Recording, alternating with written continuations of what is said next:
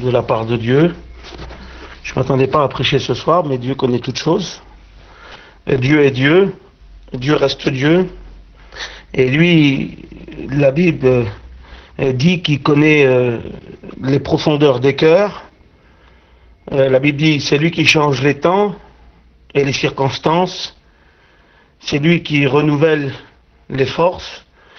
La Bible dit c'est lui qui élève et qui abaisse. Et Dieu est Dieu. Dieu connaissait cette soirée. Dieu connaissait le message. C'est étonnant de Crous, je ne sais pas ce qui s'est passé, il a dû avoir un problème.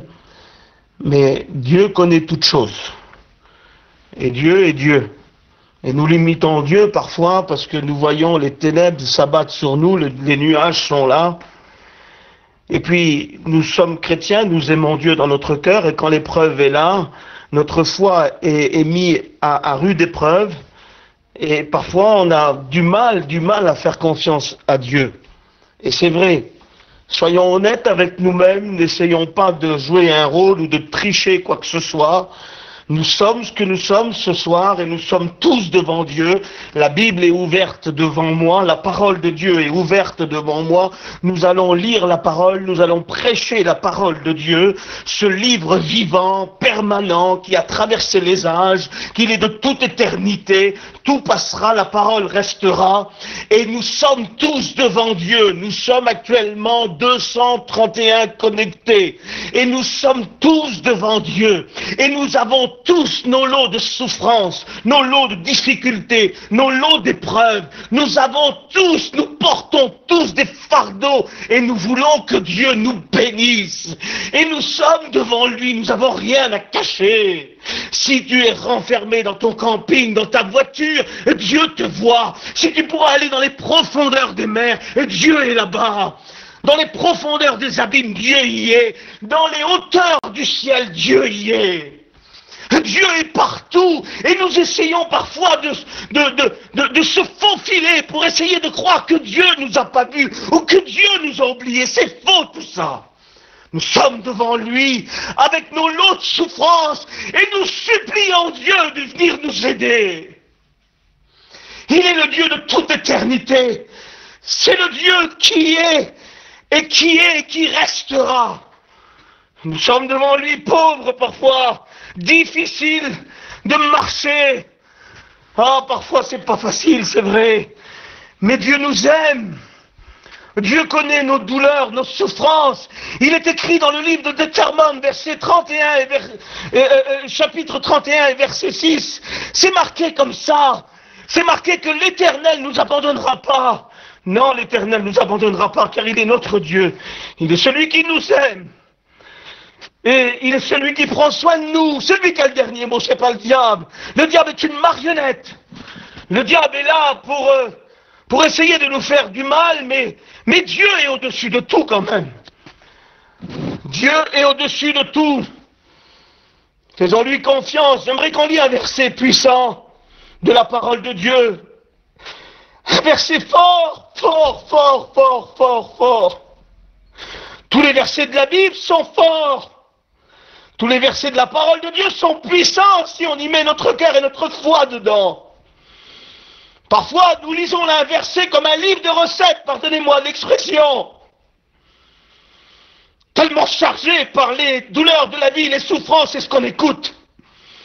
Et parfois, les versets de la Bible ne font plus aucun effet sur nous, tellement les ténèbres sont épais. Tellement les nuages nous envahissent, le vent souffle et la barque est en train de chavirer. Et nous pouvons lire des dizaines de versets, il n'y a plus rien qui vient percuter nos cœurs. Pourquoi est-ce comme ça? Pourquoi nous agissons de la sorte? Pourquoi nous perdons confiance en un Dieu qui est capable de renverser et de bouleverser et de rétablir tout? C'est parce que nous sommes terrestres, disons-le. Nous sommes issus de la terre et nous vivons sur la terre. Dans l'épître aux Hébreux, dit que notre âme doit être attachée au ciel. Mais parfois nous sommes bien attachés sur cette terre et nous y souffrons tellement que notre foi est mise à rude épreuve. Et nous oublions Dieu, dites la vérité. Ne soyez pas en essayant de jouer un super homosexuels. Soyons ce que nous sommes. Dieu aime les hommes vrais. Les hommes qui font des détours et qui essayent de porter des visages qui ne correspondent pas à leur vie vont perdre du temps. Israël devait mettre 11 jours pour arriver en Canaan. Mais par sa désobéissance et son manque de vérité, ces 11 jours sont transformés en 40 ans. J'ai besoin d'une bénédiction, vous en avez tous besoin. Je ne veux pas perdre le temps que Dieu a à me donner. Je veux saisir ma bénédiction, j'en ai tellement besoin. J'aimerais qu'on lise un verset. C'est dans les psaumes. Vous allez lire le verset avec moi, je vais le lire pour vous. C'est dans les psaumes. C'est le psaume 147. Et nous allons lire le verset comme ça. C'est une hymne de reconnaissance, un chant de reconnaissance à Dieu. Et c'est ce Dieu qui rassemble à nouveau Israël. Parce que Israël est dissipé par l'ennemi, parce qu'il a été renversé. Israël a subi des déportations. Israël a subi 3 grandes déportations à Babylone. Et puis Dieu va parler pour rassurer son peuple, parce qu'il a besoin d'être rassuré. Et dans les temps où nous vivons, nous n'avons pas besoin de la théologie, de la Bible, nous n'y comprenons rien. Nous avons besoin que Dieu nous rassure.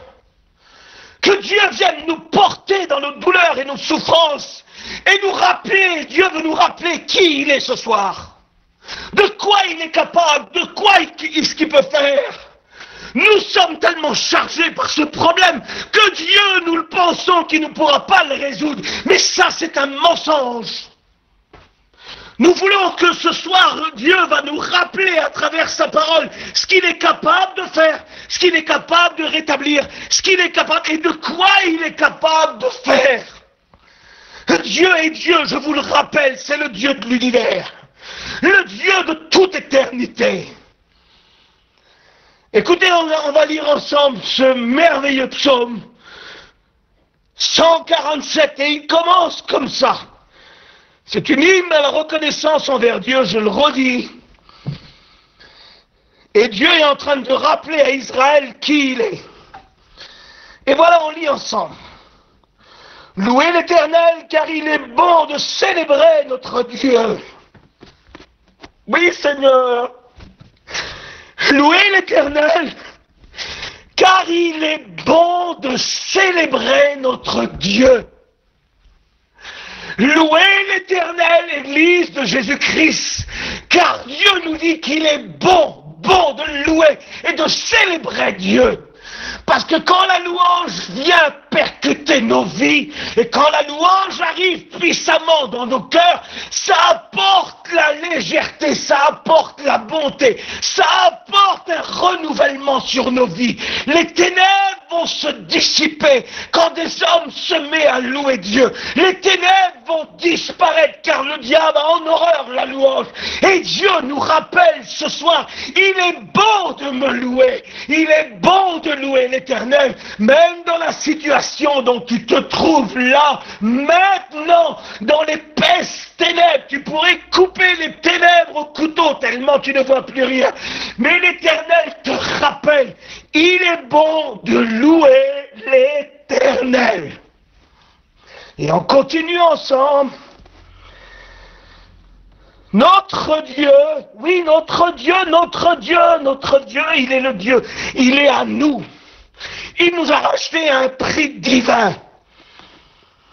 Notre Dieu, il est bon de louer l'Éternel, notre Dieu, car il est doux. Il est bienfaisant de le louer. Et qu'est-ce que Dieu est capable de faire? Dieu veut nous rappeler ce soir ce qu'il est capable de faire. Je vous ai dit tout à l'heure que Dieu ne nous abandonnera pas. Car il a promis des choses. Et lorsque Dieu parle, il promet, mais il va jusqu'au bout de ce qu'il a dit. Nous, on fait marche arrière. Quand les temps et les circonstances ne correspondent plus, on tourne le dos à Dieu et on repart. Et on arrête et on est fatigué et on baisse les armes. Et on ne veut plus rien faire parce que nous ne voyons pas les bénédictions arriver. Mais l'Éternel, quand il promet quelque chose, lui, il l'accomplit. Même si toi, écoute ce que j'ai à te dire. Même si toi, tu as décidé d'arrêter et de faire marche arrière, parce que Dieu, lui, l'a promis, il ira jusqu'au bout de sa promesse.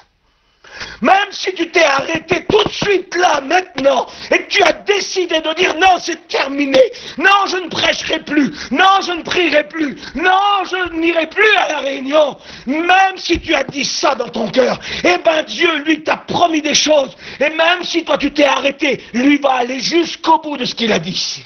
Pourquoi? Parce que c'est un Dieu d'amour et il ne revient pas. Quand il promet quelque chose, il l'accomplit. Et voilà ce que Dieu est capable de faire. La Bible nous dit que Dieu, l'Éternel, rebâtit Jérusalem. C'est bien ça, écoutez. Écoutez la puissance de Dieu. J'aimerais rappeler la puissance de Dieu. Et j'aimerais rappeler dans ce message que Dieu est en train de développer et mettre sur mon cœur. Qui est Dieu? Le diable est une marionnette, je le redis encore, et j'aime le dire. Mais Dieu est le Dieu tout-puissant. Le diable est créature, Dieu est de toute éternité. Il n'y a en lui ni commencement ni fin. Il est de toute éternité. Il n'a pas été créé, il est créateur. La Bible dit que Dieu, l'Éternel, rebâtit Jérusalem. Je pense qu'il va rebâtir quelque chose ce soir. Il va reconstruire en toi une foi qui a été bouleversée par les événements, une foi qui a été renversée par les circonstances que tu es en train de vivre. Mais la Bible dit que Dieu rebâtit, et il est capable de rebâtir une foi entièrement neuve dans ton cœur. Il peut rebâtir un foyer détruit, il peut rebâtir une maison, il peut rebâtir, car Dieu, notre Dieu, est un Dieu bâtisseur. Ses mains, lorsqu'il touche quelque chose, la Bible dit qu'il appelle les choses qui n'existent pas et elles apparaissent comme s'ils ont toujours été là. Il rappelle en toi ton manque d'amour, ton manque de prière. Il rebâtit en toi une tour forte, une tour de prière. Il rebâtit un foyer détruit, il rebâtit Jérusalem. Jérusalem avait été envahie par les Assyriens et puis Dieu rebâtit Jérusalem. C'est bien de rebâtir une ville. Si on s'y met les 245 tous ensemble, on est capable de faire quelque chose. Ça reste encore dans les lois humaines. Et c'est possible. Rebâtir Jérusalem, c'est possible. Rebâtir une maison, c'est possible. La Bible dit maintenant, ça va se corser, ça va aller un petit peu plus loin, écoutez. Voilà qui est Dieu. Il rebâtit Jérusalem, et Dieu va faire ça. Il rassemble les exilés d'Israël. La Bible dit qu'il ramène les captifs, il les ramène. Dans le psaume 126, je crois, il dit que nous étions comme dans un rêve.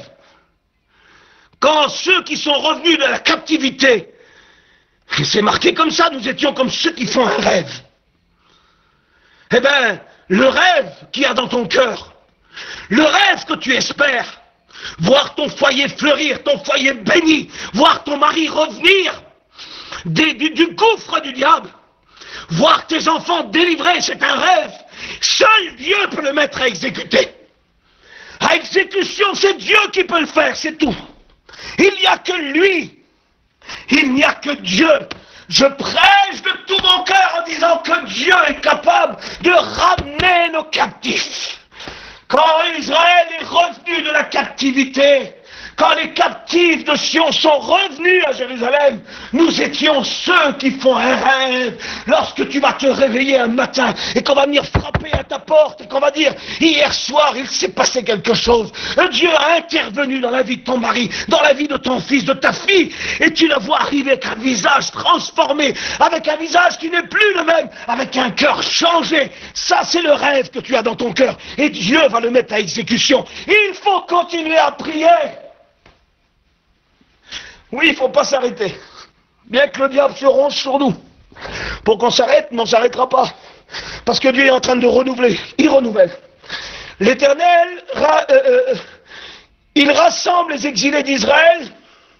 Regardez, ça va se corser, ça va aller plus difficile. On peut faire sortir un prisonnier, c'est possible, ça on peut le faire.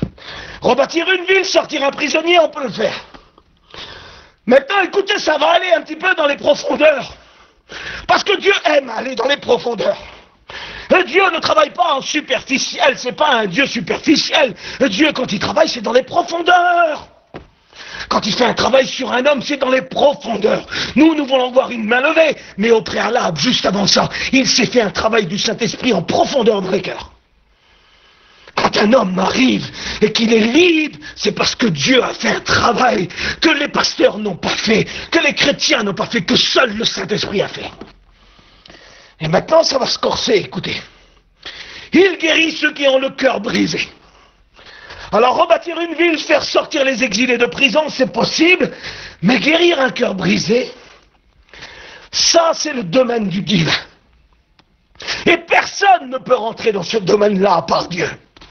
Nous pouvons aider quelqu'un, lui frapper sur l'épaule, le dépanner s'il le faut, mais jamais nous allons réparer un cœur brisé.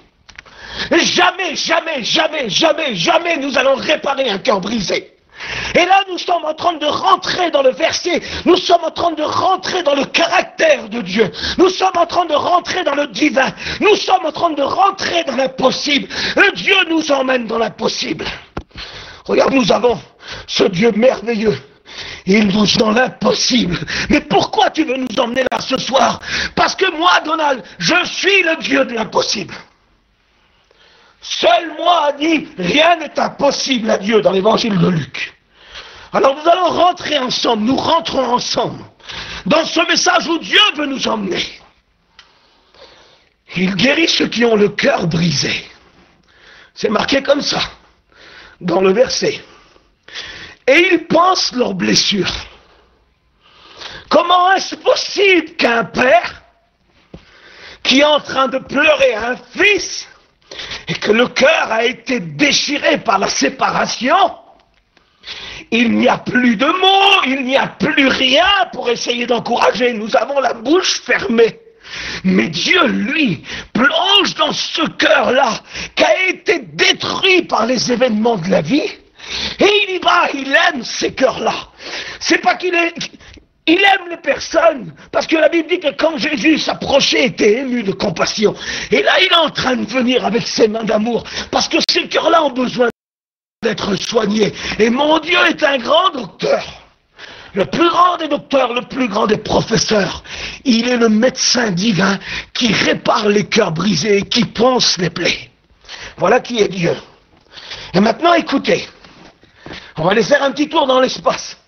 C'est bizarre quand même. Pourquoi après ça Dieu nous emmène dans les étoiles? Parce que Dieu veut nous montrer qui il est et de quoi il est capable. Parce que les hommes perdent vite la foi et se découragent vite, et c'est vrai. Moi j'en suis de ce rang-là, j'en fais partie. Malheureusement, je n'ai pas la foi d'Abraham. Ah, j'aurais bien voulu avoir la foi d'Abraham. Mais quand ma foi vient la tempête, alors des fois, j'ai un peu de mal à marcher et à croire véritablement aux promesses de Dieu, bien qu'ils sont là. Mais Dieu, là, il nous dit quelque chose. Il restaure, il guérit, il répare, il ponce les plaies, il reconstruit, il libère les exilés. Et maintenant, il dit, on va aller faire un petit tour dans les étoiles. Le verset, apparemment, pour moi, c'est bizarre, le verset. Ce psaume 147 là, Dieu nous parle des cœurs brisés, des villes détruites, des personnes en prison. Il nous dit qu'il est capable de réparer les cœurs et tout. Vous avez bien compris le verset. Et là, tout de suite, ici, tout de suite, dans le verset 4, il va nous emmener dans les étoiles. Vous savez pourquoi qu'il nous emmène dans les étoiles? Parce qu'il veut nous montrer véritablement qui il est. Parce que nous perdons courage et nous perdons foi. Et il dit maintenant, écoutez, auditeurs qui vous êtes en train d'écouter, vous croyez que je suis capable de réparer votre foyer brisé? Est-ce que vous croyez que je suis capable de faire sortir vos prisonniers de votre maison que le diable tient liés? Est-ce que vous croyez que je suis capable de guérir un cœur brisé? Est-ce que vous croyez que je suis capable de penser les plaies de la vie, les mauvais coups de la vie, les échecs de la vie? Alors nous on dit amen, oui. Ben écoutez, je vais vous en donner une preuve et je vais vous montrer de quoi je suis capable pour vous montrer que tout ce que je vous ai dit là est la vérité. Et moi je reste Dieu et je peux réaliser ce que je vous dis ce soir, je peux le faire car je m'appelle l'Éternel. Écoutez ce qu'il est dit. Il nous emmène dans les étoiles, le Seigneur. Et regardez qu'est-ce qu'il fait. C'est pour augmenter notre foi. Il est en train de mettre le tampon sur les quelques versets que je vous ai dit là. Et maintenant, regardez ce qu'il dit. Voilà qui je suis. La Bible dit qu'il pense les cœurs brisés. Il compte le nombre d'étoiles. Écoutez. Et il leur donne à tous un nom. D'après les scientifiques, il y a plus d'étoiles dans les galaxies. Dans notre galaxie, dans notre système solaire, il y a plus d'étoiles que de grains de sable sur la Terre. Et Dieu est en train de nous dire ce soir, je vais réparer ton foyer, je veux guérir ton cœur brisé, je veux délivrer ta fille, ton fils. Mais écoute, je m'appelle Dieu. Et moi, j'ai créé les étoiles. Et tu sais quoi ? Je les appelle à moi, ils m'obéissent, et je leur donne à tous un nom. Parce que je m'appelle Dieu. Et moi, si je t'ai dit que j'allais reconstruire et que j'allais rebâtir, parce que moi je suis Dieu, je suis le maître de l'univers, je suis le patron du ciel, le patron de la terre. Et moi l'Éternel, je suis capable d'appeler les étoiles. Elles m'obéissent. La Bible dit qu'elles lui obéissent, et il leur donne à tous un nom. Notre Dieu est grand. Le verset reprend. Oui, Seigneur, tu es grand. Notre Dieu est grand. Notre Dieu est puissant par sa force. Son intelligence n'a point de limite. Non, son intelligence n'a point de limite. Il compte les étoiles. Il les amène à lui et il leur donne à tous un nom. Son intelligence n'a point de limite. L'Éternel soutient les malheureux. Ce Dieu si grand, Barodével, ce Dieu si puissant, ce Dieu si grand, il compte les étoiles, il les appelle à lui, il leur donne à tous un nom, et il est au secours du malheureux, rendez-vous compte. Regardez qui est Dieu, quel amour qu'il a pour nous, quelle attention il a pour toi, comment qu'il t'aime. Il est le patron de l'univers. Il est celui qui appelle les étoiles, des milliards et des milliards d'étoiles et de galaxies. Elles lui obéissent. Il y a une loi dans l'univers que Dieu seul a donnée.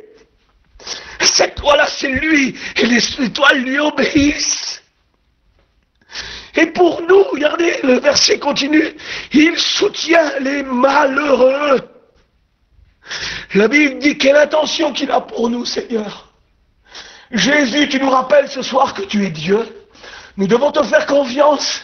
Nous devons marcher selon ta volonté. Nous devons t'obéir. Nous devons garder le silence et rester en place. Ah, parfois on est déplacé, Seigneur. On a peur. On a peur parfois. C'est dans Exode 14 qui dit ça. Il dit restez en place, gardez le silence. Mais derrière, il y a Pharaon, il y a l'armée, il y a tout ce que vous voulez, ils ont peur. Et aujourd'hui, il y a la maladie, il y a la tristesse, il y a l'angoisse sur la terre, il y a les ténèbres qui s'abattent, on a peur. Et Dieu nous rappelle que ce soir, il compte les étoiles, elles lui obéissent, il leur donne à tous un nom. Je m'appelle Dieu, restez en place. Car vous voyez vos ennemis que vous voyez aujourd'hui, eh bien vous ne les verrez plus jamais, il a dit à Israël. Et ce soir, il est en train de nous dire qu'il est Dieu et qu'il ne nous abandonnera jamais. Oui, Deutéronome 31, verset 6 dit, ton Dieu ne t'abandonnera jamais. Il est notre Dieu. Nous savons de quoi il est capable. Il rebâtit, il reconstruit, il libère. Il guérit les cœurs brisés. C'est le domaine de Dieu tout ça. Et pour nous rappeler qu'il est capable de guérir un cœur brisé, il appelle les étoiles et il leur donne à tous un nom. Il est Dieu. Ne vous laissez pas marcher dessus par le diable. Ne vous laissez pas piétiner par lui. Relevez-vous, même si vous avez pris des coups. Notre Dieu vient au secours du malheureux. L'Éternel soutient le malheureux. Même si tu as pris des coups, que ton chemin de t'a pris n'est pas bon, que tu as été roué de coups, tu as été laissé à demi-mort, notre Dieu Tout-Puissant vient, il s'arrête avec sa petite monture. Puis tous les coups que tu as pris, il est en train de te soigner, il te soigne. Il te met sur sa monture, il te protège, il te met dans un lieu sûr. Nous sommes dans un lieu sûr, nous sommes dans sa main. Nous allons prier Dieu. Rappelez-vous du verset, lisez-le à la maison. Psaume 147. L'Éternel rebâtit Jérusalem. Il ramène les exilés. Il délivre les malheureux. Il guérit les cœurs brisés. Il panse les plaies du cœur. Notre Dieu vient au secours du malheureux. Nous allons prier si vous voulez. Père, je te loue, Seigneur, parce que j'ai besoin de toi. C'est avec beaucoup de faiblesse que j'ai apporté le message. Seigneur, tu as voulu te montrer ce soir à l'audition, à tous ceux qui ont écouté, que tu es le Dieu de l'éternité et rien ne t'est impossible. Mais nous sommes sous cette terre avec plein de misère. Tu nous rappelles ce soir que tu nous aimes, que tu fais attention à nous, que tu vas nous libérer, que tu vas nous reconstruire, que tu vas délivrer nos enfants, les ramener de la mort. Ils sont à la mort, Seigneur, tu les ramènes, toi. Et puis un matin, quand on va se lever, on va voir le visage qui est revenu rayonnant de joie. Et on va être comme ceux qui font un rêve. Parce que nos rêves, Seigneur, c'est que tes promesses que tu nous as dit s'accomplissent. Nos rêves, c'est pas de gagner un loto, on s'en fout de ça, ou d'avoir la plus belle voiture. C'est de la ferraille bidon, tout ça. Nos rêves, c'est que nos enfants vivent, mais la vraie vie de Dieu. Nos rêves, c'est que nos enfants soient libérés. Nos rêves, c'est que nos familles soient bénies. Nos rêves, Seigneur, c'est que tu reviennes. Nous avons des rêves, et toi tu nous les as promis, ces rêves. Joseph avait un rêve, mais les frères de Joseph ont arraché la tunique qu'ils avaient, mais ils n'ont jamais pu arracher le rêve que Dieu avait déposé dans son cœur. Ils n'ont jamais pu arracher ce rêve, même son emprisonnement, et tout était contre lui. Ils ont arraché la tunique de plusieurs couleurs, parce que Joseph portait les couleurs de Dieu. Et eux, ils vivaient en noir et blanc, alors ils étaient jaloux, ils lui ont arraché sa tunique. Mais jamais ils n'ont pu arracher le rêve. Et à tous les moments, les papas qui ont un rêve dans leur cœur, que leur foyer soit béni, alors tu accompliras toi ce rêve, Seigneur. Attendons la gloire, Père. Attendons la gloire, Seigneur. Que Dieu vous bénisse à tous. Je vais demander à Joanito qui prie. Prie, mon Joanito, prie, Seigneur. Joanito, prie pour nous. Prie pour nous. Prie pour nous.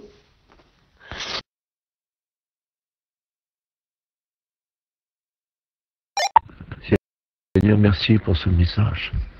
Merci pour la vérité de ta parole. Merci, Seigneur, que nous devons avoir les regards fixés sur toi.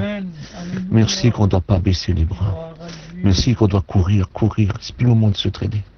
Ce moment, c'est de courir, de mettre tout en oubli et de courir dans la carrière que tu nous as ouverte. Nous devons courir comme des héros, comme des champions, comme des vainqueurs.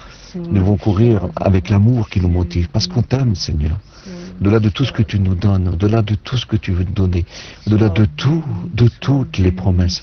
Seigneur, c'est toi qu'on aime. On t'aime, Seigneur. On t'aime quand tu nous donnes pas, et on t'aime quand tu nous donnes. On t'aime pas plus parce que tu nous donnes. On t'aime, Seigneur. Et on te veut, Seigneur. Et c'est toi qu'on rêve. C'était notre rêve. C'est notre vie. On ne pense qu'à toi. On vit par toi, pour toi et en toi. Tu comptes dans notre vie, Seigneur. Tu comptes. Tu as du prix, Seigneur. Tu as du prix. Tu as tout donné pour nous. Mais nous, on te donne tout, Seigneur. Tout ce qui est à nous est à toi. Notre corps, notre âme, notre esprit, notre éternité. On t'aime. On t'a pas aimé, Seigneur, simplement pour aller au ciel. On t'aime parce qu'on te veut avec nous. On te veut près de nous. On veut que tu nous parles. On veut, Seigneur, profiter de ton amour et on veut te donner tout notre amour. Nous voulons être persévérants, Seigneur. Au-delà de tout, c'est toi, Seigneur. Et c'est toi qu'on cherche ce soir. C'est toi qu'on cherche. Parce que toi, Seigneur, tu as tout ce qu'on a besoin. Tu as tout. Seigneur, mes enfants, tu les as. Ma petite, tu les as. T'as tout, Seigneur. Toi, tu as tout, Seigneur. Toi, tu as tout. Tout est avec toi, Seigneur. Et c'est toi qu'on cherche. Et Seigneur, car avec toi, nous avons tout. Seigneur, je ne sais pas comment t'expliquer ce que je ressens, mais je te bénis, Seigneur. Merci pour ta parole.